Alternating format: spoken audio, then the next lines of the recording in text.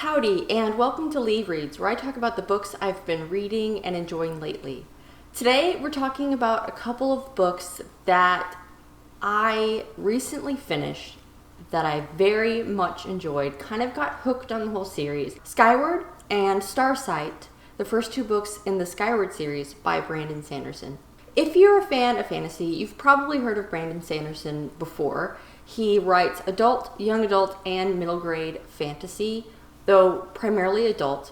The series that really launched him and got his name out there into the world was the Mistborn trilogy. And because this series was so well done, the editor and wife of Robert Jordan, who wrote The Wheel of Time, actually approached Brandon Sanderson and asked him to finish writing the series after Robert Jordan passed away. His personal epic large-scale fantasy series is the Stormlight Archive, which is planned to be a 10-book series, and currently book 4 is out. And the thing about Brandon Sanderson is he writes very prolifically. He takes on these big projects, and then in between them he writes smaller novels, and it seems like he is publishing something every year or twice a year. Now he's also writing science fiction with his young adult novel Skyward. I admit, even though I really enjoy Brandon Sanderson novels, I typically read his adult works because I'm just not the right audience for the middle grade. So I thought that perhaps the protagonist in this novel might be a little bit too young for me.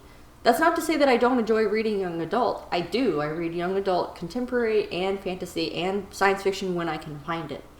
But in the prologue of this novel, the character starts very young. However, throughout most of the story, she's about 17 years old. There's a reason that a lot of people speak so highly about Brandon Sanderson novels. If you're going to sit down with one of his novels, you expect there to be very unique world building. If it's a fantasy, you expect there to be cool, intricate magic systems, or even multiple cool, intricate magic systems that may play off of each other or not. And in a science fiction setting, I would expect the same fantastical technology to appear. The characters he writes have very great arcs. He does a really good job of making you feel their mortal peril at times and being very concerned for their welfare. It's the reason why I still haven't finished this chonker, because I love some of these characters so much. I am afraid to find out what happens to them, which sounds ridiculous, but I don't want anything bad to happen to them. But 2022, we're gonna get there. Another thing that he does very well as an author is, man, he knows how to write an ending. But Skyward, let me talk about the first book in the series just for a minute. Humanity once traveled to the stars in many groups of traveling fleets, and the fleet that our main character's ancestors were on crash landed on this planet called Detritus. Detritus contains a bunch of older, mostly dead and decayed technology from a previous mysterious civilization. But it's been enough for the humans who crash landed there to band together into small groups and build starfighters and try to be able to leave this planet and go back out into the stars. The problem is there is an alien race called the Krell that always comes and attacks. It's basically limited humanity to living in the caves beneath the surface for their own safety. Spenza is the main character.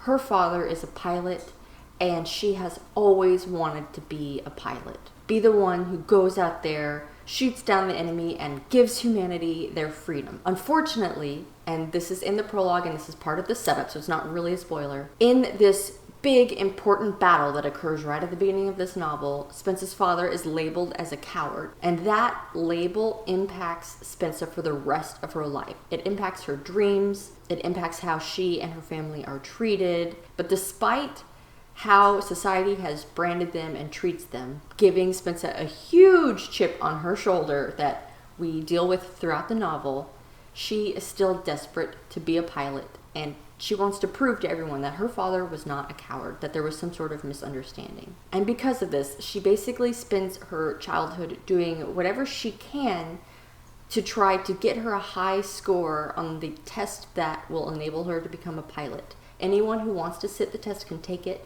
but you have to pass in order to go to flight school. The thing that strikes me the most about this novel is the character work. At first you have Spensa. She's kind of aggressive. She has this chip on her shoulder, but she's very determined and her heart is in the right place. And even though she can be a little bit irritating at times with her false bravado, you know, her grandmother raised her on stories of the old heroes of Earth, and she likes to try to imitate that sometimes.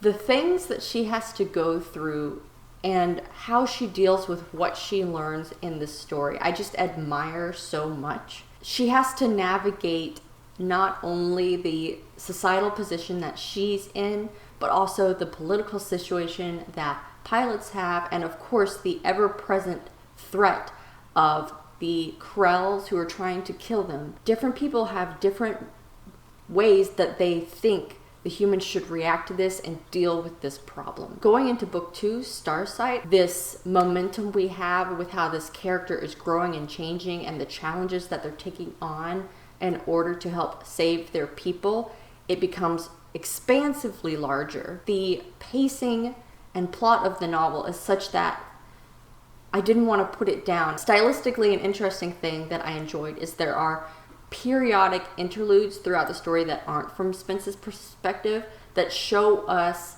another character and give us as a reader a little bit more insight that Spensa may not have, which kind of just spices things up a little bit. Book 3 in the series just came out. However, there are apparently 2 novellas that should be read between finishing Starsight and starting Cytonic, which is book 3.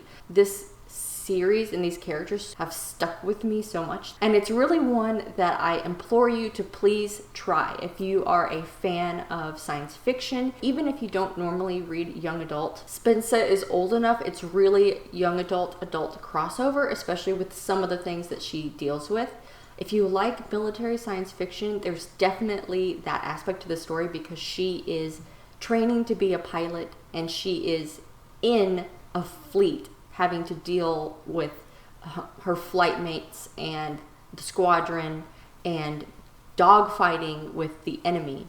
I feel like it checks a whole lot of boxes and does a whole lot of things very, very well. I highly recommend it. I hope everyone has had a relaxing few days. Please like this video if you enjoyed it and subscribe if you plan on sticking around, and don't forget to support your local library. Thanks.